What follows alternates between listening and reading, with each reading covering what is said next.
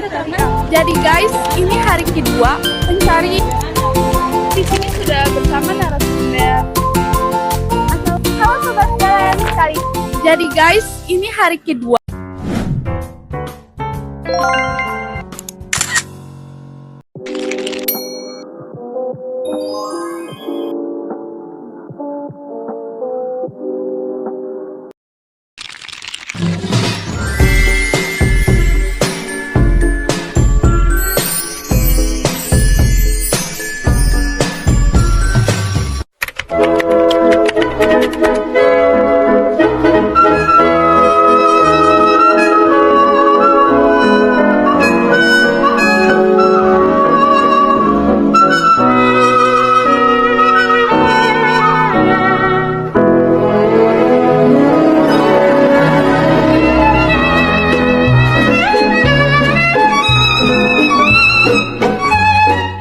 A few moments later.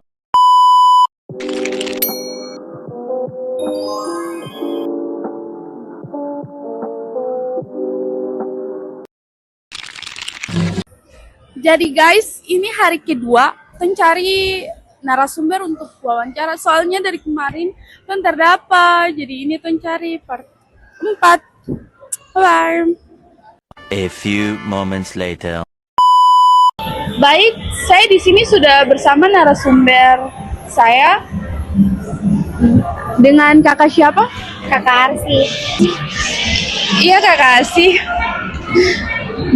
Sebelumnya boleh tahu kakak bekerja di gerai ini sudah berapa lama?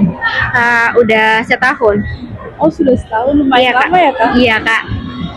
Nah kakak kira-kira bagaimana kakak menerapkan bisnis ini dalam sehari-hari? Menerapkan bisnis ini dalam sehari-hari untuk menarik pelanggan ya.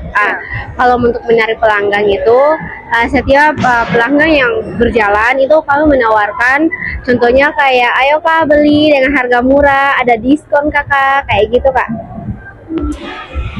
Apakah ada nilai-nilai yang diterapkan dalam bisnis ini? Ada, kalau dari toko kami itu setiap pelanggan yang datang dan mau beli berarti harus arahkan dan memberi senyuman yang terbaik gitu kak. Terus kayak kalau macam ke pelanggan menanya kayak ini tuh dikerjakan kayak bagaimana, kami sebagai karyawan toko menunjukkan gitu caranya kayak gimana gitu kak. Ya, sangat ramah sekali ya. Iya kak. Itu saja pertanyaan yang saya tanyakan kepada kakak. Terima kasih kasih. Sama-sama. Baik, itu dia hasil wawancara dari salah satu narasumber saya. Sekian dan terima kasih. A few moments later. Assalamualaikum warahmatullahi wabarakatuh. Kembali lagi bersama saya Gita Laturise. Video kali ini saya akan membahas tentang peran lembaga dan industri pendukung dengan mengembangkan perbankan syariah.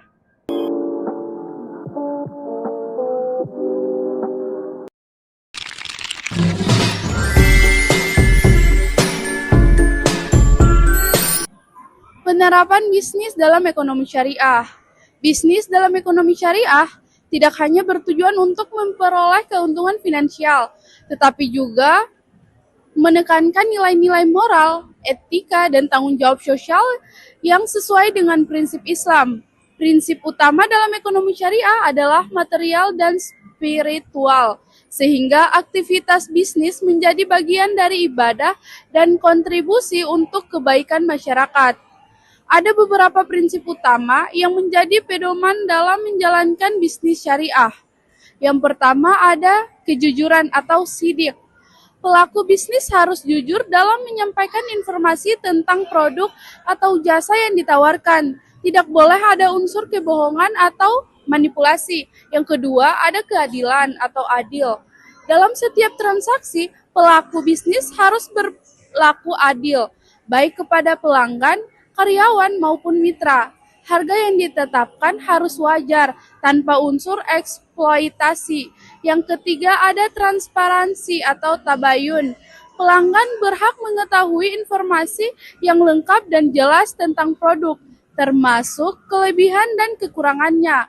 Ketidakjelasan atau garar dalam transaksi harus dihindari karena dapat merugikan salah satu pihak. Yang keempat, ada tidak mengandung unsur haram. Produk atau jasa yang ditawarkan harus halal secara zat, proses, dan tujuan.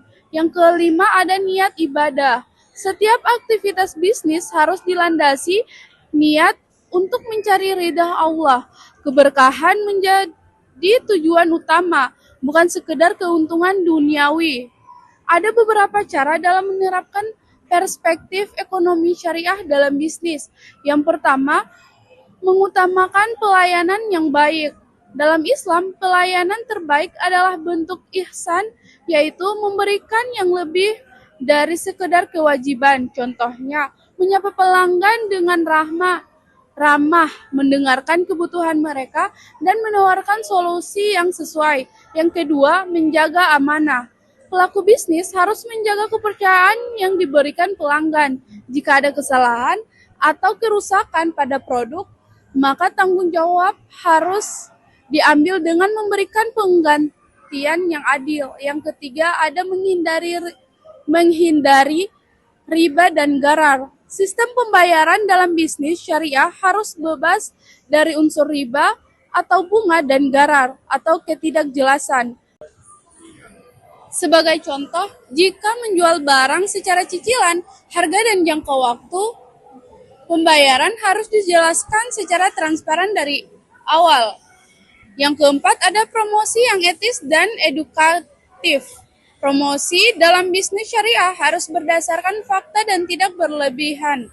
Fokusnya adalah memberikan edukasi kepada pelanggan tentang manfaat produk.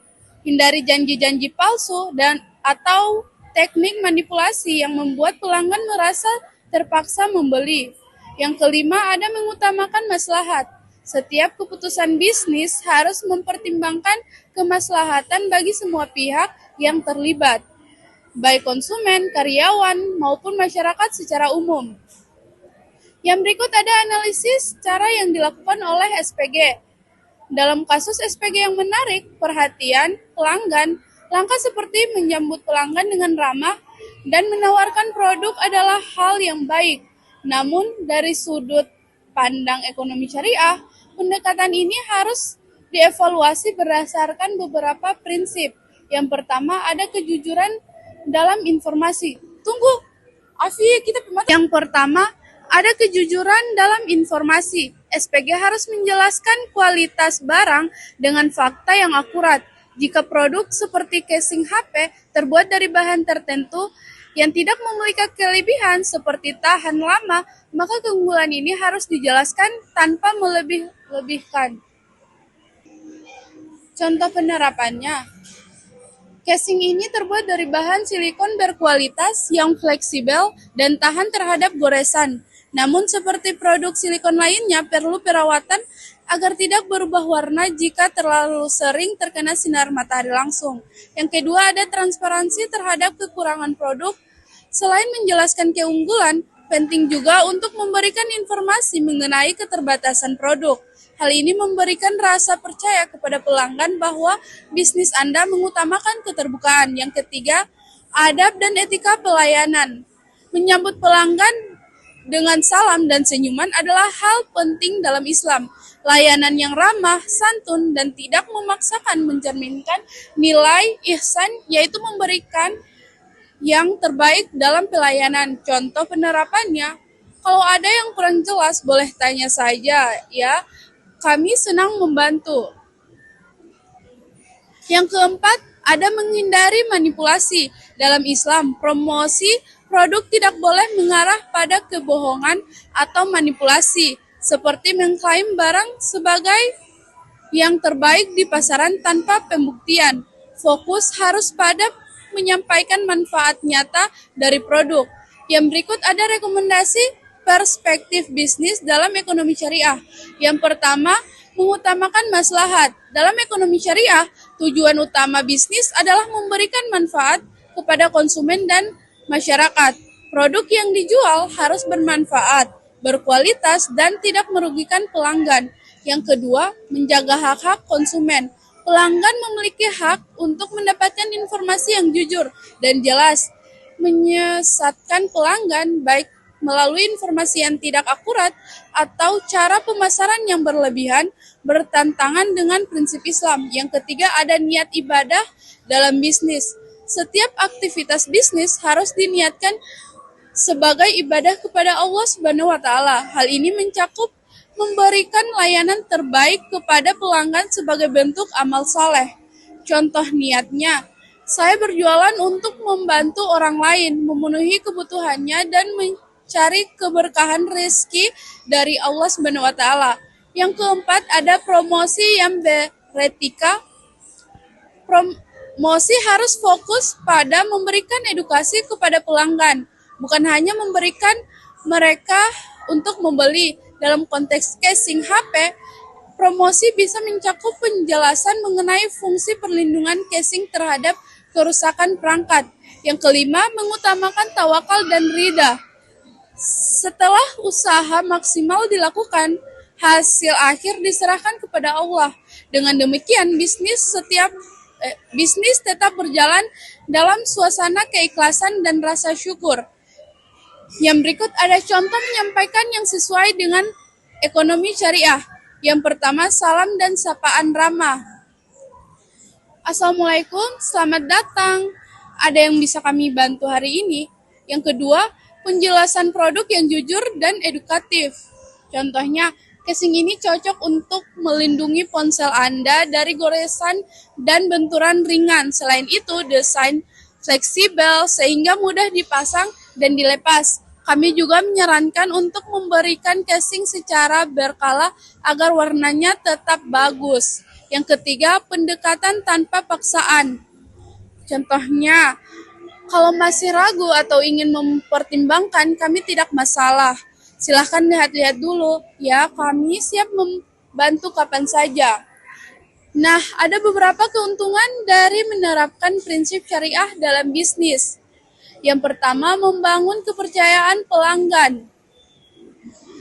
Ketika pelanggan merasa diperlakukan dengan jujur dan adil, mereka akan lebih percaya dan cenderung kembali. Yang kedua, menjaga hubungan jangka panjang. Bisnis syariah mengedepankan hubungan yang saling menguntungkan. Dengan transparansi dan pelayanan yang baik, hubungan jangka panjang dapat terjaga. Yang ketiga, keberkahan rezeki. Dalam Islam, keberkahan rezeki tidak hanya diukur dari jumlahnya, tetapi juga dari cara mendapatkannya. Dengan menerapkan prinsip syariah, bisnis menjadi lebih diberkahi dan membawa manfaat luas. Yang keempat, kepuasan hati dan ketenangan. Pelaku bisnis yang menjalankan usahanya sesuai syariah akan merasa tenang karena yakin tidak ada pelanggan terhadap hukum Allah. Dari pembahasan di atas dapat disimpulkan bahwa bisnis yang sesuai dengan prinsip ekonomi syariah adalah bisnis yang berlandaskan nilai-nilai moral dan etika seperti kejujuran, transparansi, dan pelayanan yang baik. Nah, saya lihat dari cara seorang SPG tadi dapat menarik perhatian pelanggan dengan cara yang etis, memberikan informasi yang benar, dan melayani dengan adab Islam. Penerapan prinsip-prinsip ini tidak hanya membantu menciptakan hubungan baik dengan pelanggan, tetapi juga memastikan keberkahan dalam usaha. Sebagai pelaku bisnis, kita harus senantiasa ingat bahwa setiap langkah kita adalah bagian dari ibadah dan pertanggungjawaban kepada Allah Subhanahu wa taala. Dengan begitu, bisnis tidak hanya menguntungkan secara materi, tetapi juga membawa kebaikan bagi semua pihak yang terlibat. Itu dia penyampaian materi dari saya. Sekian dan terima kasih. Sampai jumpa di video saya selanjutnya. Bye-bye. Oke teman-teman, terima kasih sudah menonton videonya.